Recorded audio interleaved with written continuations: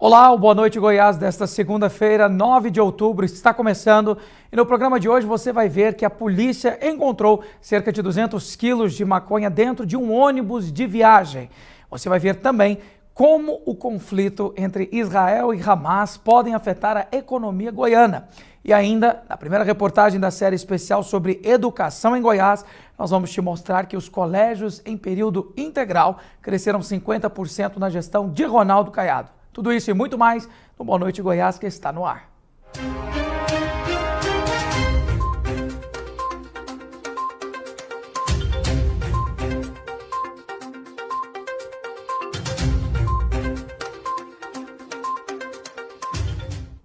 Uma ótima noite para você que nos acompanha, o Boa Noite Goiás começando. Eu sou o Guilherme Rigonato e trago os principais destaques. Lembrando que são 30 minutos que nós temos para trazer todas as informações. Então, nós começamos o programa de hoje mostrando o seguinte, que a Polícia Civil apreendeu cerca de 200 quilos de maconha dentro de um ônibus de viagem que ia para o município do Pará. O repórter Túlio Isaac Filho conversou com o delegado responsável pelo caso e você acompanha agora. Esse aí chamou a atenção o fato de eles enviarem essa droga aí por ônibus de passageiros, né? Então, fingindo que era uma carga de café, inclusive para disfarçar o odor da maconha, encheram as caixas com maconha e café para evitar a nossa atuação. Mas não passa nada aqui. Exatamente. A informação já tinha investigação anterior, que essa droga estava subindo para o estado do Pará, e aí agora a gente continua a investigação para identificar quem são as pessoas que fazem esse envio aqui da droga no estado. Doutor Hudson, eles só despacharam ou tinha gente ali dentro do ônibus? Não, inclusive o ônibus estava lotado, né, de pessoas, passageiros normais que estavam para o estado do Pará, e aí chamou a atenção essa carga que diferenciava aí no meio do pessoal. A gente identificou quem eram os passageiros e viu que não tinha nenhum vínculo deles com a droga, então ele foi realmente despachado essa droga. Muito bem, um aviso importante para você que está ligado aqui no Boa Noite Goiás. Só para dizer que existem desligamentos programados de energia, ok? Então, alguns municípios goianos, a partir do sábado, dia 14, a empresa vai estar fazendo manutenções programadas com o intuito de fazer melhoria na rede elétrica. Então, a nossa equipe, os desligamentos começarão a partir de hoje até o sábado e com 72 horas de antecedência vão haver aí avisos. E é importante dizer que todos esses desligamentos não vão pegar ninguém de surpresa, é apenas uma melhoria na rede elétrica que com certeza nesses últimos dias chuvosos foram criticados no serviço duramente. Esperamos então que os desligamentos tragam frutos. Nós continuamos falando que a polícia recuperou um caminhão Scania, que está avaliado em mais de R$1 milhão e todas as investigações apontaram que o veículo teria sido financiado por meio de uma empresa que foi criada de forma fraudulenta em nome de uma pessoa com diversas passagens pela polícia. Você entende melhor toda essa história agora. Ele chegou na concessionária, esse caminhão, dia 13/9, foi faturado dia 29/9 para uma empresa de fachada, uma empresa em nome de Laranja, um preso, né, usuário de droga, morador de Trindade.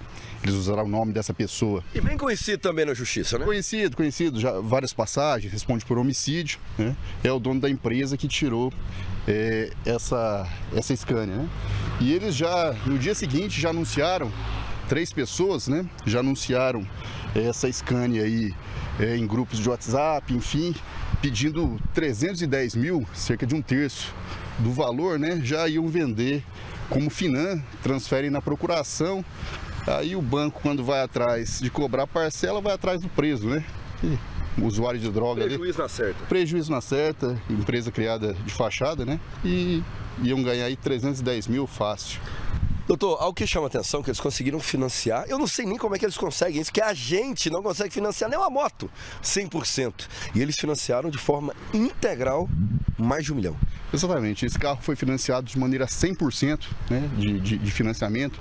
Provavelmente conseguiram aí alguma linha de crédito com esse financiamento, então não gastaram R$1, né, nesse financiamento e iam lucrar aí 310 mil com a venda desse veículo. Realmente a polícia trabalhando contra as fraudes. Vamos mudar um pouco de assunto. A Defesa Civil intensificou o monitoramento das áreas de risco em Goiânia após as fortes chuvas dos últimos dias. Então, 20 pontos na capital estão em acompanhamento. O repórter Pedro Henrique Rabelo esteve ali no setor Gentil Meireles, onde está localizado um dos pontos de risco, e você confere como lidar com cada uma dessas situações. O Ari é morador do Gentil Meireles e sabe que as margens do rio Anicuns na época das chuvas são perigosas. Ele nos mostrou a altura que a água chegou nas últimas chuvas. Nesse ano, um trabalho preventivo foi feito pela Defesa Civil no intuito de diminuir os riscos. Eles fizeram, a abertura do leito do rio e fizeram a limpeza do mesmo, Então limpou os detritos que estavam embaixo. O único problema é que essa rua em específico, que é a primeira rua do setor de baixo, é a rua que deságua todas as águas do setor. A equipe da Defesa Civil monitora alguns locais já cadastrados na capital. Aqui mesmo o serviço foi realizado esse ano. Aqui no Ribeirão Anicuns específico foi feita aqui a limpeza do leito do Ribeirão, foi feito aqui o alargamento da sua calha e o levantamento dessas barreiras de proteção que vai diminuir bastante o risco de transbordamento. E assim as casas que estão próximas ao Ribeirão estarão mais seguras a partir de agora.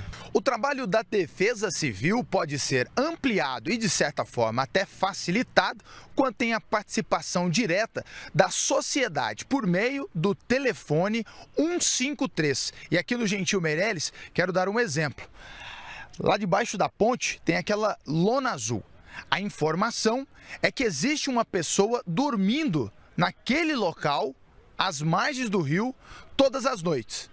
Se o rio subir por conta de uma chuva, essa pessoa pode ser arrastada pela correnteza.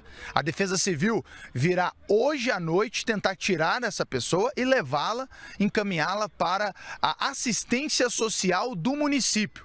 Então a junção sociedade e Defesa Civil pode surtir bons frutos.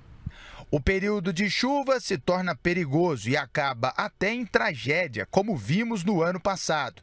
Por ser uma cidade grande, a capital requer muita atenção do poder público, além de algumas obras que já estão sendo feitas. Nós temos aqui a Vila São José, a Vila Santa Helena, o Gentil Meireles, a Vila Fernandes. Temos também observado e monitorado a Vila Roriz, que é as margens do Meia Ponte, ou seja, todas essas edificações muito próximas aos cursos hídricos têm atenção especial por parte da Defesa Civil, e quando há uma necessidade de algum tipo de intervenção por parte da Prefeitura, a gente aciona ali a secretaria pertinente. O período chuvoso se intensificará no fim do mês. O problema é complexo e o que os moradores esperam é que eles não tenham surpresas desagradáveis quando esse período chegar. Ano passado a gente sofreu muito, que, por exemplo, lá em casa mesmo entrou água 2 vezes no início do ano, janeiro e fevereiro. Espero que resolva essa situação. Não é brincadeira, Ter que conviver com esse medo. Começou a chover, você já nem sabe se vai acontecer ou não. Importante aí tomar muito cuidado com esses pontos de alagamento. Uma notícia boa para você que é de Goiás. Números divulgados pela Conab mostram que Goiás bateu um novo recorde, ok? Tudo isso na produção de grãos. Os destaques ficam por conta da soja, que ajudou no estado aí a ocupação da 3ª posição do ranking nacional. Goiás está apenas atrás de Mato Grosso e Paraná. Confira. Das 9 culturas monitoradas pela Conab em Goiás, 7 apresentaram resultados melhores do que na safra passada. A produção de grãos foi recorde de 32.600.000 toneladas, volume 13% superior à última safra. Entre os destaques da produção de grãos recorde em Goiás na safra 2022-2023 está a soja. Com uma colheita de quase 18 milhões de toneladas, o número representa 345 mil toneladas a mais do que na safra passada. O secretário estadual de Agricultura, Pedro Leonardo Rezende, afirma que ela ainda é o principal produto de exportação de Goiás. Isso consolida o estado de Goiás entre os 3 maiores produtores de grãos do Brasil. O principal item ainda é o complexo soja, apesar de que a gente tem observado uma diversificação na produção de grãos no estado de Goiás, aumentos expressivos com relação à safra de trigo, à safra de girassol girassol, o estado de Goiás é o maior produtor de girassol do Brasil. Mesmo com um bom resultado da produção de soja em Goiás, o preço do produto causa apreensão no mercado. O vice-presidente da Associação dos Produtores no estado, Bartolomeu Braz Bueno, avalia que fatores internacionais poderão influenciar. A gente vê um momento apreensivo aí, porque nós estávamos com preços bem melhores aí, nós estávamos com uma demanda forte, né? Veio aí a situação do Covid, veio a guerra da Ucrânia, isso tudo trouxe uma desconfiança aí de crescimento desses países que consomem, então acabou deixando os nossos produtos um pouco parados durante a nossa safra. A nova safra já começa a ser plantada em Goiás, mas o analista de mercado do agronegócio Cristiano Palavro alerta que o resultado para 2023-2024 ainda é incerto. As expectativas, por enquanto, ainda são iniciais, já que devemos ter um tímido aumento da área plantada nesse ano. Os preços das commodities caíram em níveis muito maiores do que a queda dos insumos, né? Então as margens do produtor estão mais apertadas nesse ano e, de fato, a qualidade e a saúde dessa safra vai depender muito do clima daqui para frente. Diferente dos últimos 3 anos, esse ano temos o efeito climático El Niño como principal orientador do clima para essa safra, e isso já traz sinais de irregularidade de chuvas ao longo do ciclo produtivo. Há 2 décadas, a produção de soja do Brasil era de 20 milhões de toneladas. Neste ano, esse número deve ultrapassar 100 milhões. Bom, falando agora sobre o conflito do Estado de Israel e o grupo terrorista Hamas, é um conflito que pode refletir na economia brasileira, principalmente na economia do Estado de Goiás. O repórter Pedro Henrique Rabelo explica melhor o como essa interferência pode chegar até os goianos. O mundo, mais uma vez, está chocado com as imagens de guerra que estão acontecendo na faixa de Gaza. Os habitantes da região são os mais afetados, mas a população de todo o planeta sofrerá consequências. Antes de saber como Goiás será atingido, o analista de relações internacionais Carlos Stuart contextualizou essa crise geopolítica. A Arábia Saudita, que é um dos países poderosos da região, eles estão caminhando para fazer acordos para reconhecimento do Estado de Israel, apoiando o Hamas. A gente vê, né, de maneira indireta, né, está uma das potências da região, né, que é o Irã.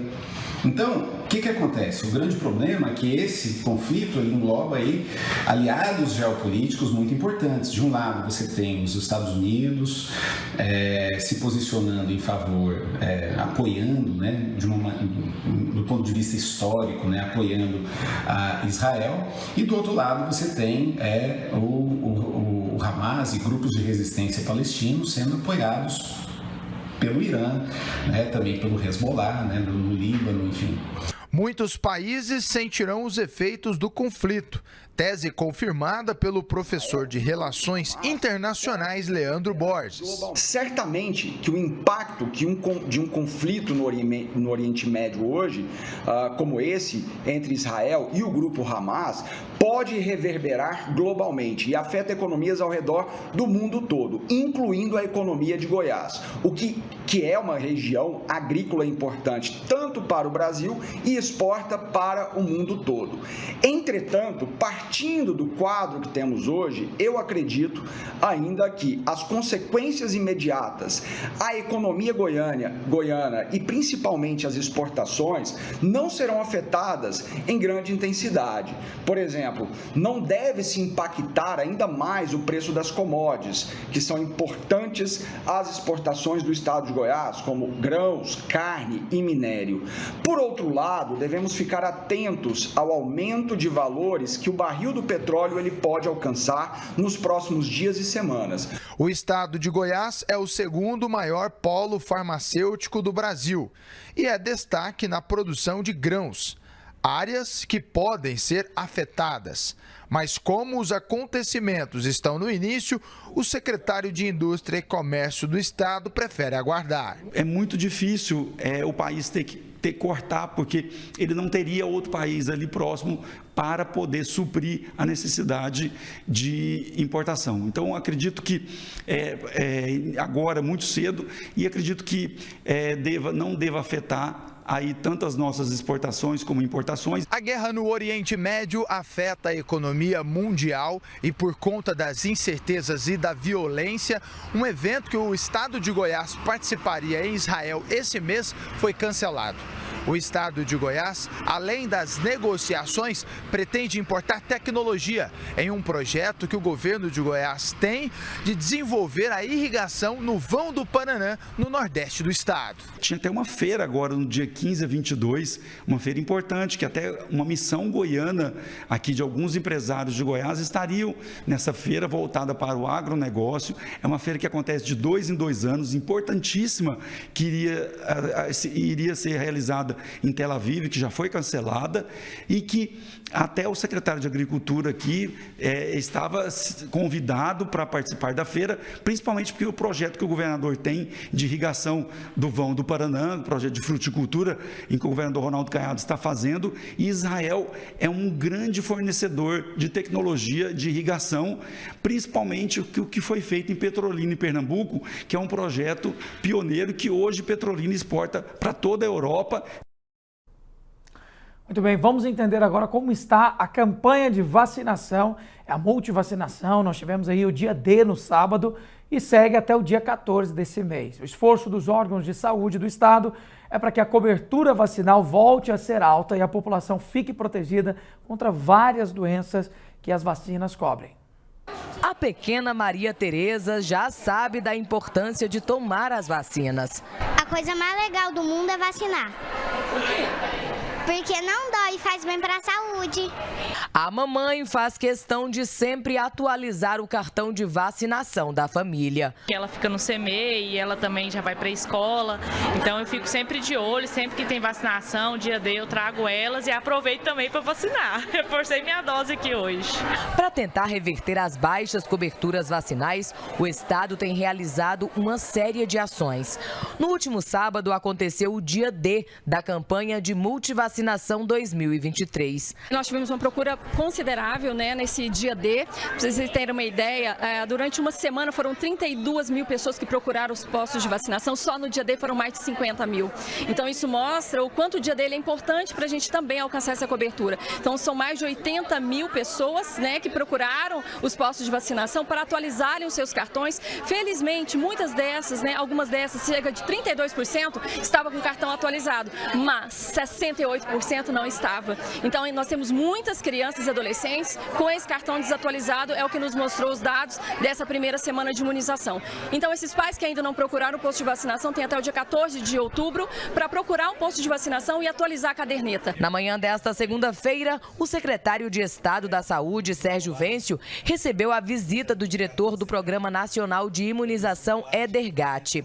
O diretor falou sobre as ações que estão sendo feitas através do Ministério da Saúde em parceria com os estados. Infelizmente, o Brasil como um todo registrou nos últimos anos queda de coberturas vacinais. Isso tem deixado as nossas crianças, principalmente nossas crianças e nossos adolescentes, desprotegidos, e há risco real de algumas doenças retornarem, porque são doenças que foram eliminadas do nosso território, como paralisia infantil, sarampo, difteria, mas só que elas podem voltar porque elas não foram eliminadas do mundo. Então agora a gente está num esforço comum, governo federal, estado, os municípios, todos empenhados numa ação de multivacinação para recuperar as coberturas vacinais, e estamos falando de todas as vacinas. A campanha de multivacinação começou no dia 30 de setembro e segue até o dia 14 de outubro. São 17 vacinas disponíveis em todos os postos de saúde do estado. A expectativa é que até o final da campanha a cobertura vacinal seja alcançada. Mesmo após a campanha, as ações devem continuar em todos os municípios goianos. anos. Nós temos uma confiança que esse ano a gente vai ter uma recuperação disso. Só no dia D da vacinação foram mais de 50 mil doses aplicadas, 28% das crianças nem precisaram se vacinar porque estavam com a caderneta em dia. Então a gente entende que esse esforço do governo federal, estadual e municipal, que é quem vacina de verdade, ele vai redundar no retorno dos níveis de vacinação para o nível de proteção global. E sempre lembrar que vacina é um ato de cuidado coletivo.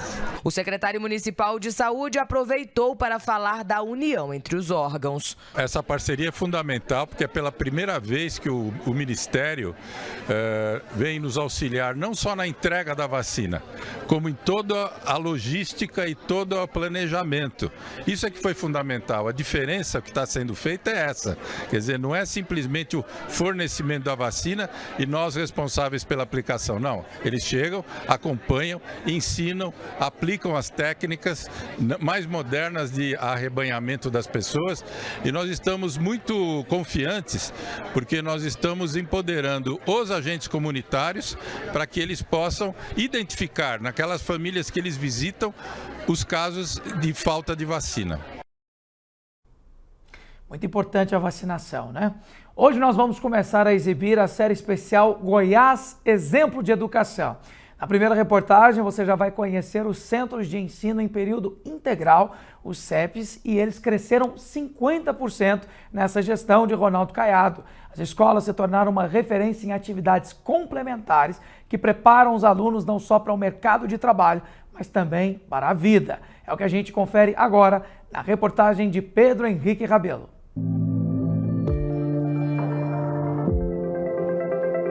Aqui no CEPI Cecília Meirelles, que fica no setor Santo Antônio, em Aparecida de Goiânia, conseguimos mostrar o quanto é grande o trabalho realizado.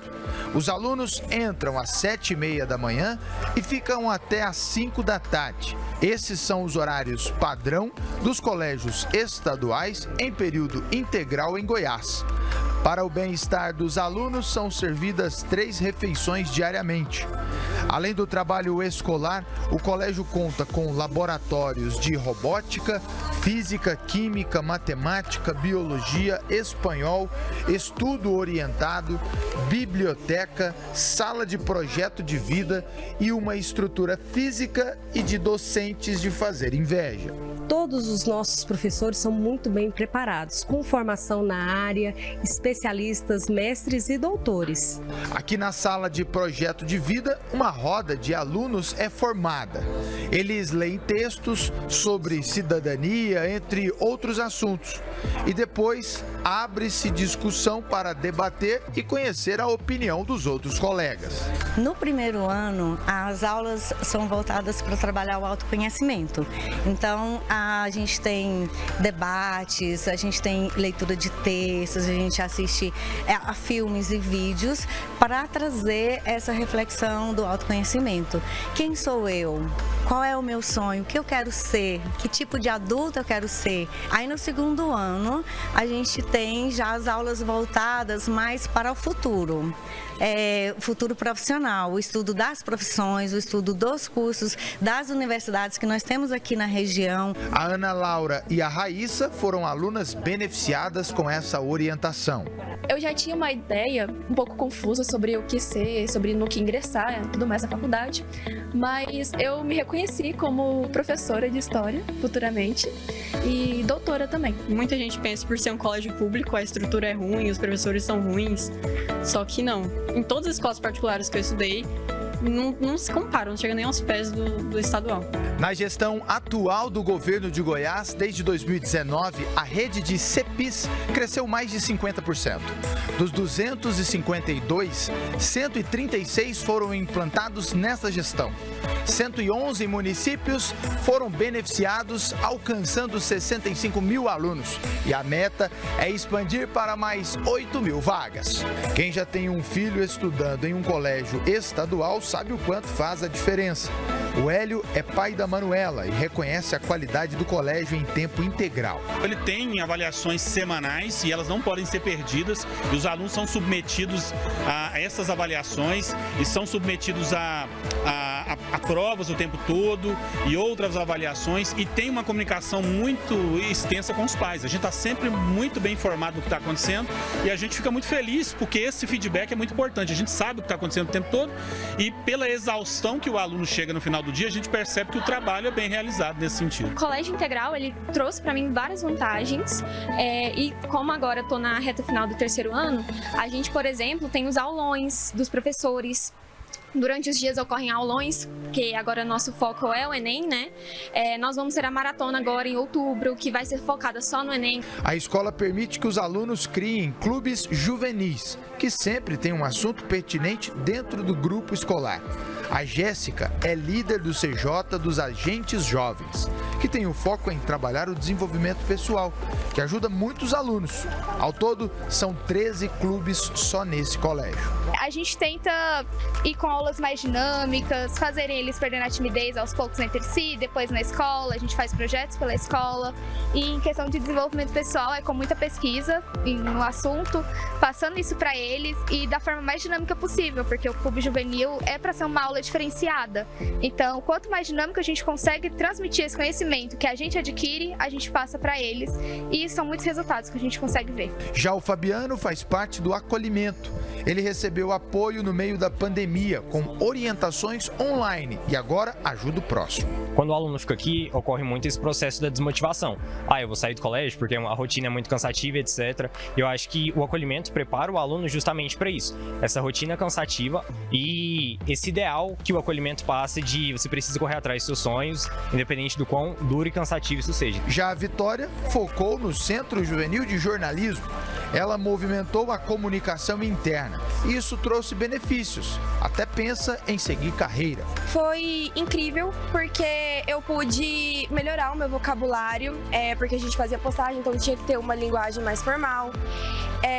Eu pude também introduzir os alunos a fazerem trends do TikTok, a gente fazia muitas coisas que estavam viralizando nas redes sociais, então a gente trazia para esse meio. E também a gente trabalhava com as informações internas aqui dentro da escola. É uma ordem do governador para que a educação continue sendo prioridade. Por isso, os investimentos estão acontecendo desde 2019. A Bolsa Estudo, que possibilita aos nossos estudantes não evadirem, porque precisam trabalhar. Então, essa é uma das melhorias que a gente observa, né? Além de todo o material didático que eles recebem, uniforme, mochila, tênis.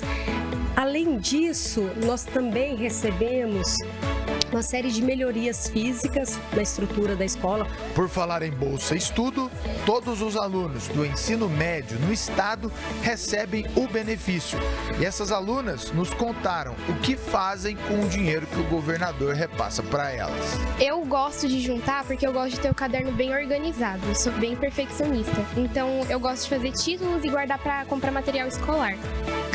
Porque aí eu não preciso juntar para comprar lá em janeiro e gastar tanto dinheiro, eu já compro tudo agora, então isso me ajuda muito. A minha mãe usa o dinheiro para ir no mercado e ela deposita na minha conta que eu tenho, e o dinheiro também eu uso muito para guardar e para comprar algumas coisas. Por exemplo, eu gosto muito de comprar coisas para decoração do meu quarto. Ajuda muito quando você quer, por exemplo, sair no final de semana, a gente vai ter o dinheirinho guardado e não precisa gastar do da nossa mãe, né, como a gente tem o dinheirinho guardado.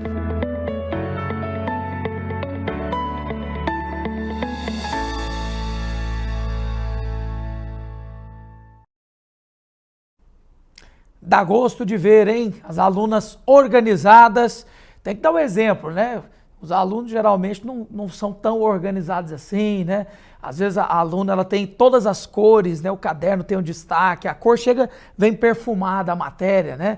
Mas os alunos é o seguinte, se tiver acabando a borracha, apaga com a saliva, né? Ou então não tem lapiseira, não tem lápis, vai com a caneta mesmo. Fora o Elcio está me mostrando assim, dobrando o cantinho da página para fazer o marca-texto. Vamos marcar aqui, dobra aquele canto, o caderno limpinho.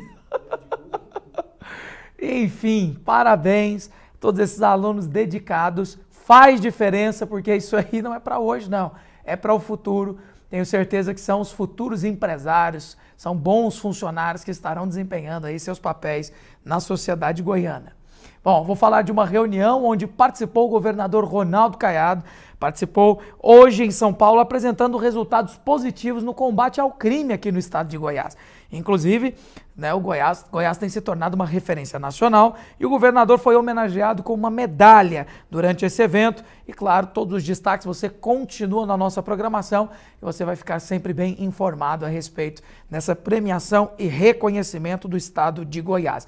Deixa eu aproveitar para dizer que todos vocês que participam e nos ouvem, nós temos a alegria de ter vocês. Vou encerrar aqui, mas uma boa noite para o Ribamar, para o Ari, Marcos dos Santos, a Cristina Oliveira. Tem um aqui que te chama Vida e Saúde. Está colocando aqui sobre um abraço nessa noite. Sempre ligados no Boa Noite Goiás. Obrigado. Boa Noite Goiás de hoje está ficando por aqui, mas nós temos a alegria de nos encontrar amanhã nos 30 minutos mais informativos do seu dia. Eu te espero para muito mais. Até lá, tchau!